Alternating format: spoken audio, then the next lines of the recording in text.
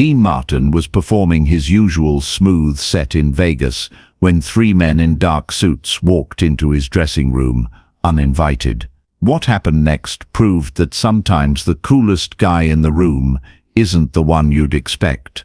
It was March 15th, 1962, and Dean Martin was halfway through his second show of the evening at the Sands Hotel.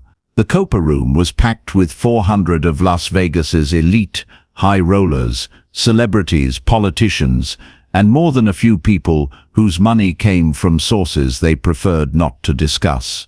Dean had just finished That's Amore and was moving into his signature casual banter with the audience when he noticed something that made his performer's instincts tingle with warning.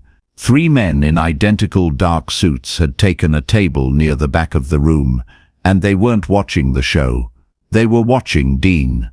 In 1962 Las Vegas, men in dark suits watching you instead of your performance usually meant one thing: you had attracted the attention of people you didn't want to meet. But Dean Martin had always prided himself on keeping clean in a dirty town. He performed, he got paid, he went home. No side deals, no favors, no complications. The men remained at their table through the rest of Dean's set, never applauding, never ordering drinks, never taking their eyes off the stage.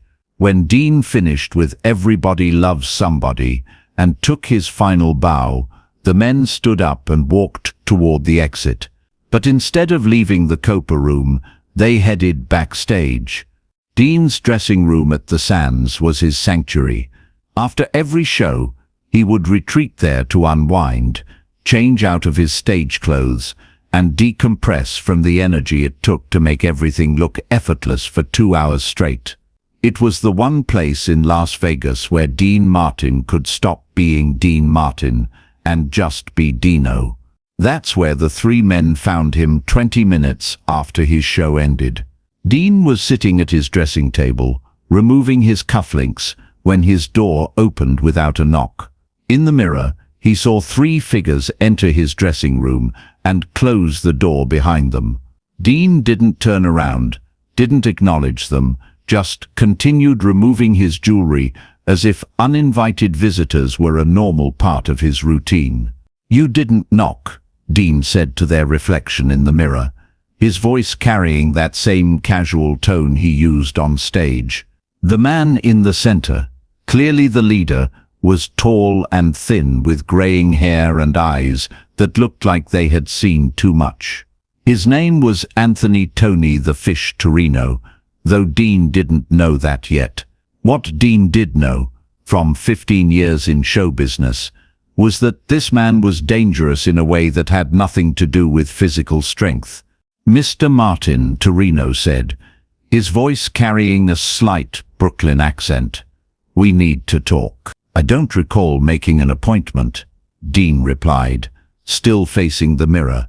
"My manager handles my bookings. You can call him tomorrow."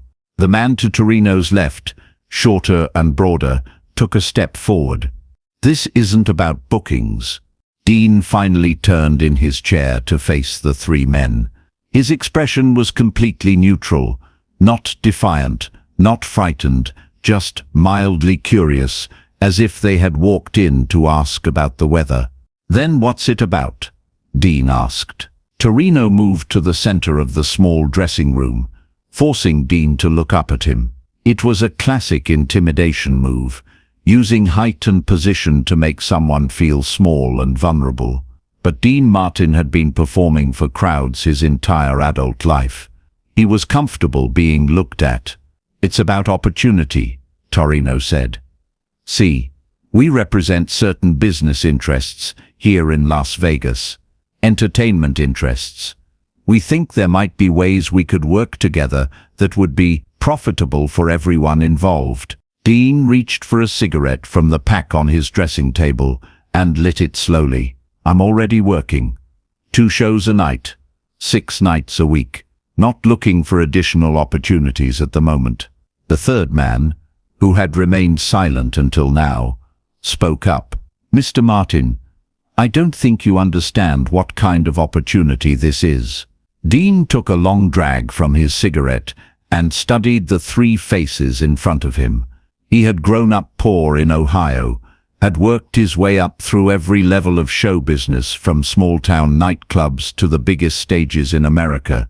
Along the way, he had learned to read people, to understand when someone was trying to sell him something, and when someone was trying to threaten him. These men weren't trying to sell him anything. "Enlighten me," Dean said. Torino pulled out a chair and sat down across from Dean, bringing them to eye level. "There are certain establishments in this town that would benefit from having Dean Martin's name associated with them. Private clubs, special events, investment opportunities, high-class operations that cater to discerning clientele. And in return, you'd receive a percentage of the profits. A very generous percentage, plus protection, insurance that your career here in Vegas continues to flourish without any." Dean understood exactly what was being offered and what was being implied. The mob wanted to use his name and reputation to legitimize their operations, and in return, they would allow him to continue working in Las Vegas without interference. The alternative to this generous offer was clearly meant to be unpleasant. "Interesting proposal," Dean said, taking another drag from his cigarette. "What's the timeline on this decision?" "Well," Torino said, relaxing slightly as he interpreted Dean's calm demeanor as compliance. "We'd like to move quickly on this. There's a new club opening next month that could use some star power at the grand opening." Dean nodded thoughtfully. "And if I'm not interested in this opportunity?" The temperature in the room seemed to drop 10 degrees. The shorter man cracked his knuckles. The third man moved to block the door. Torino's friendly expression disappeared completely. "Mr. Martin," Torino said slowly, "this is Las Vegas. Things happen here. Accidents, misunderstandings. Sometimes performers find it difficult to get bookings. Sometimes they find it difficult to perform at all." Dean Martin had been threatened before Myers by angry husbands, by jealous performers, by business rivals, but he had never been threatened by men who could actually follow through on their promises. The smart play here was obvious: agree to whatever they wanted, worry about the details later, and hope that compliance would keep him safe. Instead, Dean did something that surprised everyone in the room, including himself. He laughed. Not a nervous laugh or a scared laugh, but genuine amusement, as if Torino had just told him the funniest joke he had ever heard. "Did I say something amusing?" Torino asked, his voice carrying an edge that suggested Dean had just made a serious mistake. Dean stubbed out his cigarette and stood up, forcing the three men to look up at him now. At 6 feet tall, Dean wasn't physically imposing, but something in his demeanor had shifted. The casual, easygoing performer was gone, replaced by someone much harder. "Yeah, you did," Dean said. "You came into my dressing room, uninvited, and tried to shake me down like I'm some small-time lounge singer who needs protection to work in this town. That's pretty funny." The short man moved toward Dean, but Torino held up a hand to stop him. "Mr. Martin, I don't think you fully grasp the situation here." "Oh, I grasp it perfectly," Dean said, his voice still calm but carrying a steel edge that hadn't been there before. "You represent some people who think they run this town, and you think that gives you the right to walk into my dressing room and tell me how I'm going to earn my living. Here's what I think you don't grasp." Dean moved to his dressing table and picked up the telephone. "I'm going to make a phone call," Dean said, "and when I'm done, you three are going to walk out of here and never bother me again." Torino stood up, his patience clearly exhausted. "Mr. Martin, I strongly advise against making any calls. We came here out of courtesy, to offer you a partnership, that courtesy has limits. Dean dialed a number and waited for someone to answer. When they did, his entire demeanor changed back to the smooth, charming Dean Martin that audiences knew. "Frank? It's Dean. Sorry to call so late, but I've got a situation here at the Sands. Yeah. In my dressing room, 3 gentlemen who want to discuss some business opportunities, but they seem to have skipped the normal channels." Dean listened for a moment, nodding at whatever Frank Sinatra was saying on the other end of the line. Their names. Dean looked at the 3 men. "I don't believe we were properly introduced. What did you say your names were?" The color had drained from Torino's face. Everyone in Las Vegas knew about Frank Sinatra's connections, about the people he could reach with a single phone call. What most people didn't know was that those connections went both ways. Frank wasn't just connected to powerful people, he was protected by them. "Tony Torino," the tall man said quietly. Dean repeated the name into the phone, along with descriptions of the other 2 men. He listened for another moment, then hung up. "Frank says hello," Dean told the 3 men. "He also says there seems to have been some kind of misunderstanding. Apparently, there was never supposed to be any approach made to me without going through proper channels. He's making some calls now to clear this up." The room was silent for a long moment. Then Torino straightened his jacket and moved toward the door. "It seems there has indeed been a misunderstanding," Torino said formally. "Please accept our apologies for the intrusion, Mr. Martin. This matter will be resolved through appropriate channels." The 3 men walked toward the door, but before they left, Dean called out to them, "Gentlemen." They turned back. "My dressing room door has a lock," Dean said. "I'd appreciate it if you used it next time you want to visit." After they left, Dean sat back down at his dressing table and lit another cigarette. His hands were steady, his breathing was normal, but he was fully aware of how dangerous the last 10 minutes had been. The phone rang. It was Frank. "You okay, Dino?" "I'm fine. Thanks for the assist." "No problem." But Dean, that was either very smart or very stupid. "I'm not sure which yet." "What do you mean?" "I mean, you just stood up to Tony Torino. He's not someone who forgets when people say no to him. My connections bought you some breathing room, but this isn't over. So what do I do?" "You do what you've always done. You keep being Dean Martin, but you also keep your eyes open." Dean hung up and finished getting changed. When he finally left the Sands that night, he noticed the same black Cadillac that had been parked outside when he arrived was gone. Over the next 6 months, Dean Martin's life in Las Vegas changed in subtle ways. His bookings remained solid. If anything, they improved. But he began to notice things. Certain people no longer approached him for casual conversation.